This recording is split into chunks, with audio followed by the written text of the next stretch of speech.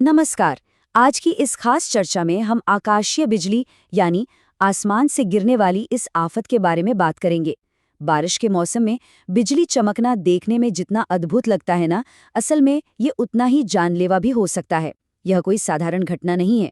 आज हम बिल्कुल आसान भाषा में समझेंगे कि इसके पीछे का विज्ञान क्या है और सही जानकारी से कैसे अनमोल जिंदगियां बचाई जा सकती हैं। अब देखें, इसके खतरे का सही अंदाजा लगाना है तो जरा इसकी ताकत को समझिए। आसमान से गिरने वाली एक अकेली बिजली का तापमान 30,000 डिग्री सेल्सियस तक पहुंच सकता है। जी हाँ, इसका सीधा सा मतलब है कि ये सूरज की सतह से भी 5 गुना ज्यादा गर्म होती है।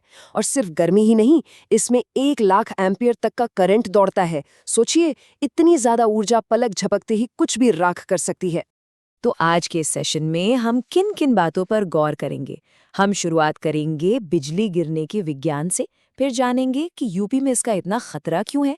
उसके बाद बचाव का बेहद ज़रूरी 30-30 नियम, क्या करे और क्या न करे, फर्स्ट एड के तरीके, और आखिर में सरकारी मुआवजे की पूरी प्रक्रिया को समझेंगे।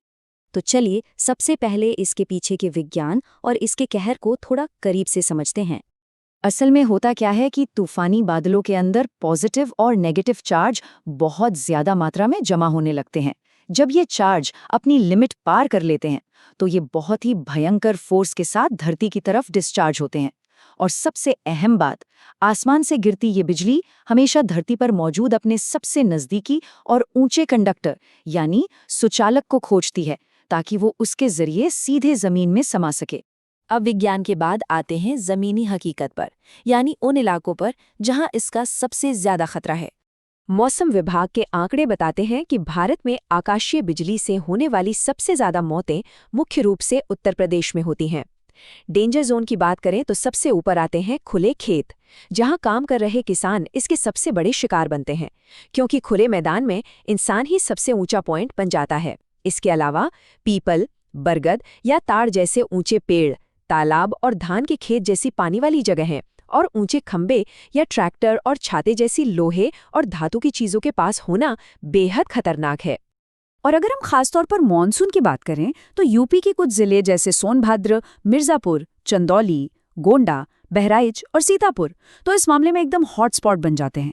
इन इलाकों में जागरूकता ही बचाव का एक लौता हथियार है। खतरे वाली जगहों के बारे में तो हमने जान लिया, लेकिन सही वक्त पर छिपने की जगह ढूंढना भी तो जरूरी है ना। और इसके लिए बस एक नंबर याद रखना है, वो है 30। तूफान के वक्त ये नंबर बहुत काम आता है। इसे कहते हैं 30-30 का नियम। ये बहुत ही सिंपल है। अगर आसमान में बिजली चमकती दिखे और उसके बाद बादलों की गड़गड़ाहट सुनने में 30 सेकंड से कम का वक्त लगे, तो समझ लीजिए कि खतरा बिल्कुल सिर पर है और तुरंत किसी सुरक्षित जगह पर भागना है। इसका दूसरा हिस्सा ये है कि जब बादल आखिरी बार गरजें तो उसके बाद पूरे 30 मिनट तक इंतजार करना है। उससे पहले बाहर निकलना जानलेवा हो सकता है।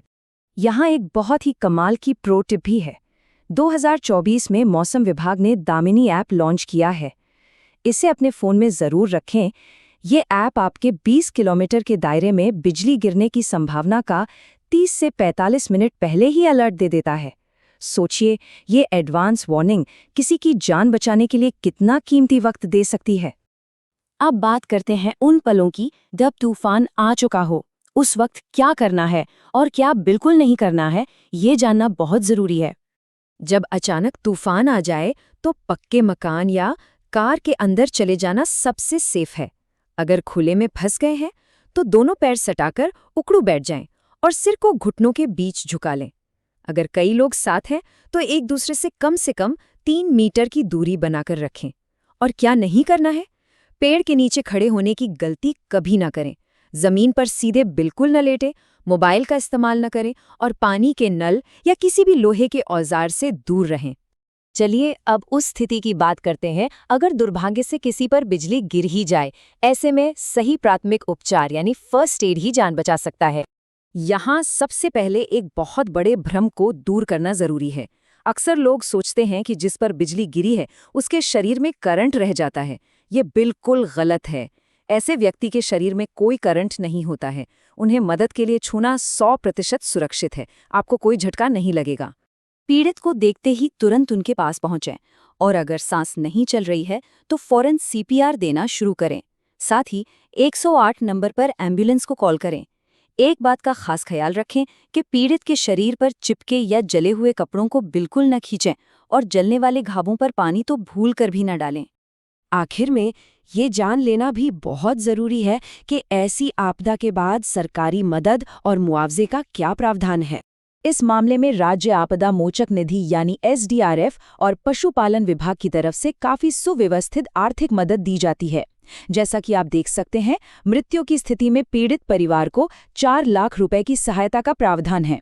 इसके अलावा दिव्यांगता के प्रतिशत और अस्पताल में भर्ती रहने के दिनों के हिसाब से भी अलग अलग मदद दी जाती है। हैरानी की बात यह है कि गाय, भैंस या बकरी जैसे पालतू पशुओं की मौत होने पर भी पशुपालन विभाग से एक तय आर्थिक सहायता मिलती है।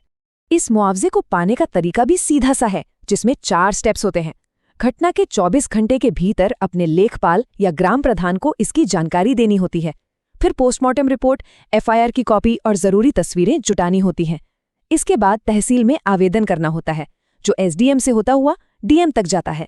नियमों के मुताबिक आवेदन के 30 दिनों के भीतर इस मुआवजे का भुगतान हो जाना चाहिए। तो आज हमने जो कुछ भी जाना उसे याद रखने के लिए बस इस छोटी सी लाइन को हमेशा अपने दिमाग में रखिए। ऊंचा, अकेला, धातु, पानी, बिजली का निशाना, पक्का घर, कार, उकड़ू, जान की रखवाला। ये सुनने में भले ही एक छोटी सी कविता लगे, लेकिन मुसीबत के वक्त ये बहुत बड़ा सुरक्षा कवच साबित हो सकती है। प्रकृति की इस खौफनाक ताकत को हम रोक तो नहीं सकते, ये तो हमेशा रहने वाली है। लेकिन आज की इस चर्चा के बाद हमें एक सवाल खुद से जरूर पूछना चाहिए, क्या इसके सामने लगातार बेबस बने रहना इन छोटी छोटी लेकिन अहम बातों को अनदेखा करने का नतीजा नहीं है? जानकारी ही सबसे बड़ा बचाव है। सतर्क रहें और सुरक्षित रहें।